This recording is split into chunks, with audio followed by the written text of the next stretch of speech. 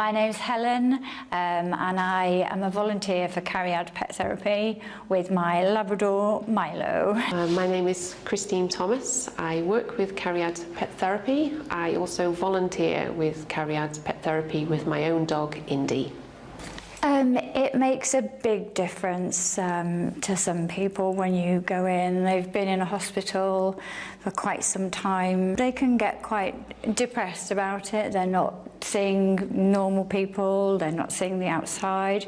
They may have animals at home that they miss.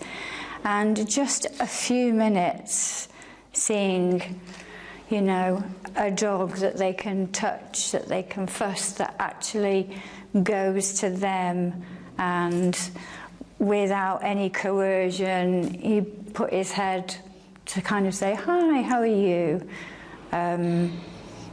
You know, and to see that lift somebody is, you know, words can't express it really.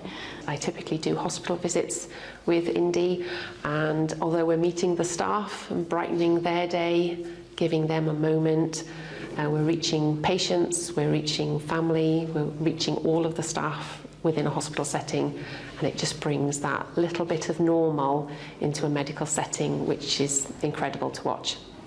A little bit of feedback from one of our visiting teams who just dropped into the ITU department at our local hospital.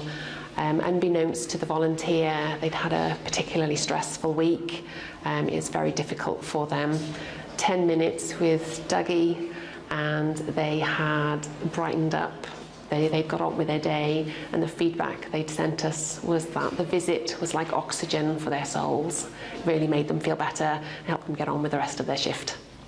But I do feel very privileged that we are able to do what we do. It really does mean a lot.